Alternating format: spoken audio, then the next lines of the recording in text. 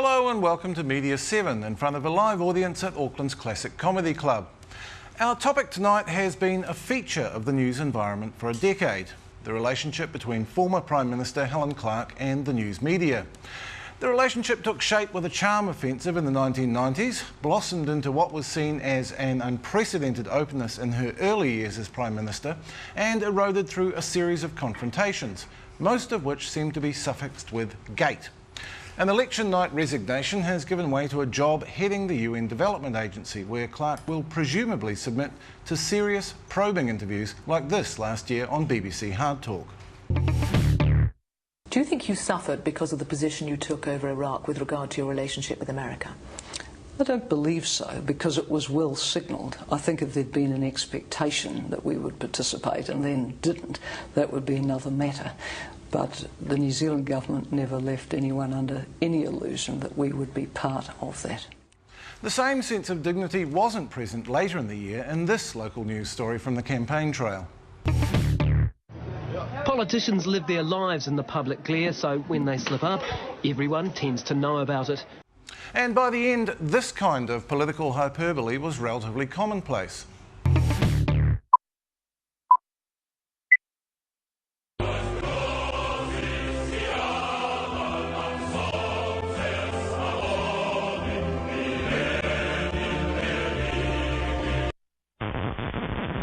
Yes, it was Helengrad, an unflattering neologism born in the media that came to symbolise a particular enmity towards Helen Clark and what she stood for. Joining us on an extended panel to talk about what happened, when and why are Dennis Welsh, for whom the Prime Minister's new role has provided a useful conclusion to a forthcoming biography, media consultant Judy Callingham, who, with her husband Brian Edwards, has been credited with the making of a Prime Minister, Press Gallery correspondent Colin Espiner, who, among other things, once wrote about what Clark really thought about journalists, and Tom Scott, who knows a little about media duels with Prime Ministers. Welcome to you all. Dennis, could we start with you? It strikes me that what's happened with Helen Clark in the last month or two makes quite a nice story arc for your book. It's the rise, the fall and the renewal, isn't it? I'm not sure she ever fell. She lost an election, Dennis. She went through the same parabola that any long-serving leader goes through, and defeat was just a matter of time. I had a nice ending to my book anyway with her defeat last year, but certainly this UN job adds a coda to it. Now, we've watched the valedictory speech. You're as steeped in this story as anyone else. Was there anything new in that for you, anything that surprised you? The only thing that perhaps raised my eyebrows a little was her saying that she took pride in the achievements of Maoridom, which is fair enough, but frankly I think one of the great failures for her government was that she drove Maori away. The very existence of the Maori Party today is an indictment of Labour's policies on Maori, and they were only just starting to get some of that back towards the very end when Michael Cullen became Treaty Negotiations Minister. But up till then, no, they didn't handle the foreshore and seabed thing at all well. That struck me in the speech as part of a very conscious intention to mark herself out as a conviction politician, whereas I think, particularly for the last term, she was seen as a manager and possibly a cynical one at that. For me, she'll always be primarily a manager. Sure, she has convictions, but they prove to be pretty pliable over time. And she was never a visionary leader, but she was a very good manager, and I think posterity is probably going to be pretty kind to her, because if you think of the New Zealand economy and society as a household, she and Cullen left things pretty tidy. Now, Judy, I thought the white outfit was actually a stroke of triumph, genius. yes. Was that your doing? No, on this occasion it wasn't my doing, but I certainly applaud it, because against that sea of red and black suits, I mean, it stood out like a beacon. She looked absolutely wonderful, and I think that's the right sort of image that you want as you go, and almost a rebirth look. Hey, she actually comfortable with the idea of image than she was, say, in the 90s. I can recall interviewing her then. We did the interview, it was a great interview, time for photos, and she very warily got out the makeup bag and made it quite clear she thought of it as a duty. Do you think she's changed a little in that respect? It's a damn nuisance for women. We can't just sit in front of a camera. We're expected to do something extra, and it's it's really difficult for people if they're women and in the public eye all the time. You're expected to be something extra, something more than a man is. It wasn't something that sat comfortably with her, I think, and particularly. Does it sit more comfortably now, though? I think it does, and to... I think the big change was when we changed the hair from that big bouffant thing that was so difficult to look after to having a simple cut that she could look after. And I think that once you make it reasonably easy, then it doesn't distract so much. The thing is that how somebody looks shouldn't distract you from what they're saying, and that's the only important thing about how you look on television, that it doesn't actually distract people from the message you're trying to get across. Otherwise, it's pointless. Now, one thing she didn't say, Colin, she didn't say have a word at all for you journalists. Did that surprise you? A little. I mean, most retiring politicians have something to say about us. It's not always particularly kind. In fact, I think of all the valedictories that were delivered at the end of last year, there were only a couple where the media actually were reflected upon kindly. But given Helen Clark's lengthy dealings with the media, and they did shape a lot of her prime ministership, in fact, a lot of her time as a politician, you might have thought perhaps she would have had a word to say one way or the other. I mean, she did thank everyone from the taxi drivers through to the DPS, but no, nothing for us. But, I mean, you maybe aren't surprised by this because you wrote the story about the speech that she did not want publicised, the speech to a journalism conference where she was scathing about journalists, superficial, lacking knowledge. What did you make of that speech? Did she have a point? Well, I mean, I think Helen Clark I believe she's had a disdain for the media for a long period of time. I think she does believe that we are, by and large, shallow, that we don't remember the seminal events of New Zealand history, and she thinks we're too young these days. But she's kept that under wraps, by and large, for most of her term because she is a very astute media manager and she knows she has to be on song with the media.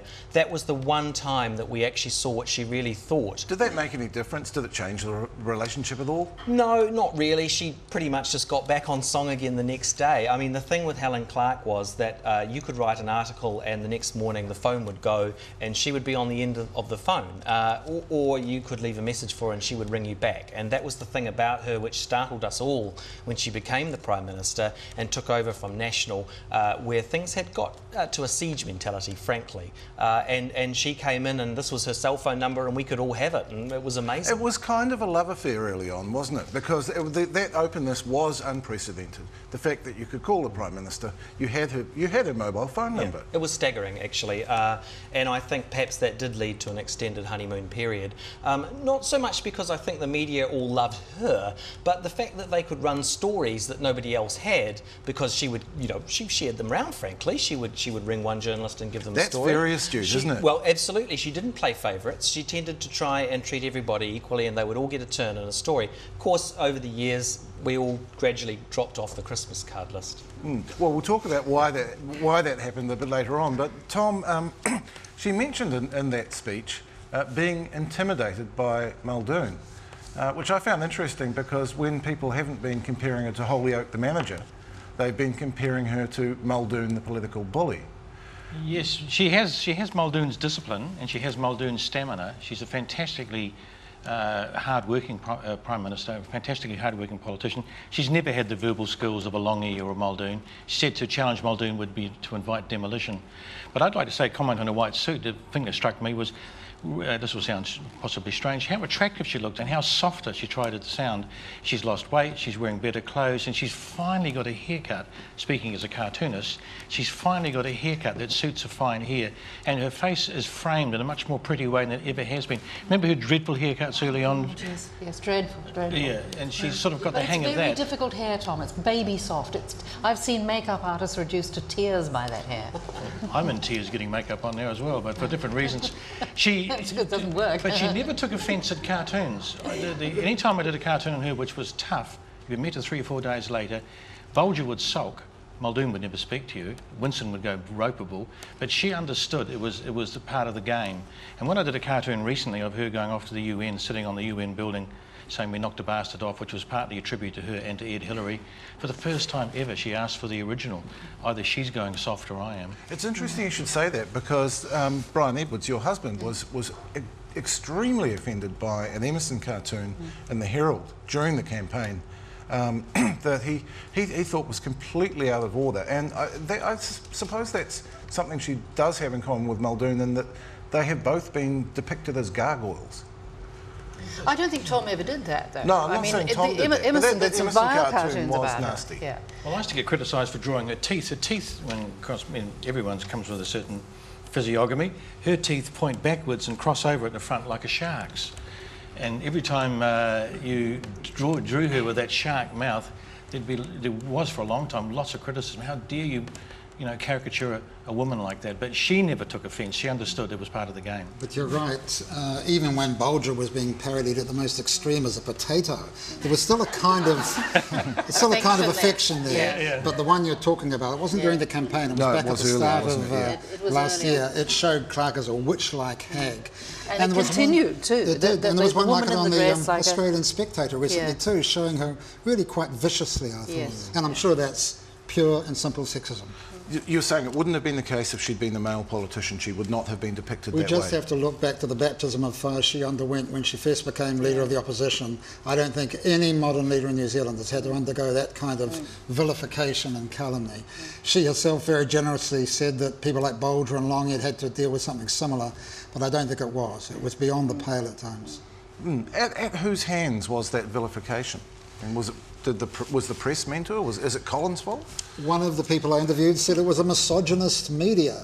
And given that most of us in the media are still male, I guess we have to acknowledge a certain kind of misogyny, or at least an underlying subconscious sexism there. So you're saying it's subconscious, because it's an easy thing to say. I can't think of an example of a professional working journalist, a gallery journalist, treating her differently because she's a woman.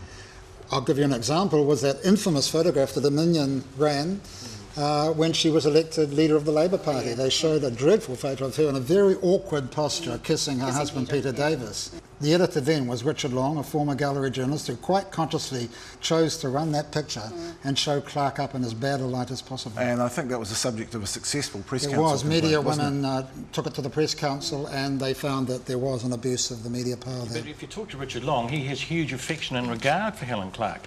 And every now and again you say, oh, she's quite sexy really close up. Because Helen, and so, the press can be ambivalent. It can be really mean one minute and still admire the people you're being mean to. And I think that this was an infection too, because when Helen went into Parliament in 1981, she had a terrible time there, because it was a misogynist, sexist boys' club there, and I think the gallery to some extent became infected by that. This was the way you treated women in Parliament. They all got it, and it was a terrible, terrible time for her. Well, I would just say that as someone who was quite honestly sometimes rather scared by her power and her ability, I couldn't imagine thinking of her in a sexist or misogynistic way at all. In fact, she had the ability to reduce you practically to silence with one death stare. And I'm not kidding. I mean, interviewing her was easily probably the hardest person that I've ever had to interview. Why? Because she was so smart? Yes, because of her amazing ability to be across all range of subjects, to know what you're going to ask before you even asked it, to have an answer already ready. And if she didn't want to answer what you were asking, she would just bat it away. And I think if you look at the fact that she reinstated the weekly press conference, which Tom was once so rudely ejected from. They had a checkered history through National's last administration. She came back in and said, I'm going to have them every week. And honestly, I can't... Which was a show of confidence, wasn't it? Well, it was, and I can't remember a time where we ever really got the better of her in those situations. I mean, look, I know that particularly Talkback gave her a particularly hard time. But I don't think that the press gallery actually did. In fact, we often got criticised for not giving her a hard enough time. But things changed between our time, that's to say Tom's and my time in the gallery and yours. And the reason they changed is that Clark herself normalised the idea of a woman being in power. She had to weather that initial firestorm and normalise the whole idea of a woman being in charge, being as good as a man, and she did that. And while one would never pretend that the sexism has gone away, it's still there underneath. The fact that most of it has publicly gone away anyway is in large measure a tribute to her. I wonder also if perhaps she enjoyed the openness of the relationship early on a little too much. If you look at the Peter Doone business, she did not need to whisper in Oscar Alley's ear, and it came back and bit her. No, that's correct. In fact, Helen Clark is probably the worst leaker of information in Parliament, and that continued into her term as Prime Minister. I mean, she would ring journalists and drop a little word in an ear, and she was also famous for background. You know, she tended to ring those political editors that wrote a column on Monday morning. She'd ring you on Sunday afternoon, and she'd just say, "Look, Colin, just for background," you know, and then she'd just rattle off a whole lot of stuff that she was planning on saying on Monday or Tuesday. And Did you give her a part of your salary as a well, sometimes you felt like it because she was so useful. But as you say, Russell, that did come back to bite her several times, and she stopped doing it in the end because I think what she once said, by definition, the Prime Minister cannot leak, I believe, and that was about when she stopped. She had a very fine antennae for gossip, which she was indulged in a lot of gossip and sometimes quite salty and fruity, but she always knew when it was on the record and when it was off the record. She never got into trouble with the press because it was always quite clear when this was a private anecdote which I'm sharing with you, but just must not appear in print. Well, I think she got away with that most of the time. She was always more likely to be hung for what she said than what she did, but we'll get on to that after the break. We'll be back soon with a report from Helen Clark's home turf.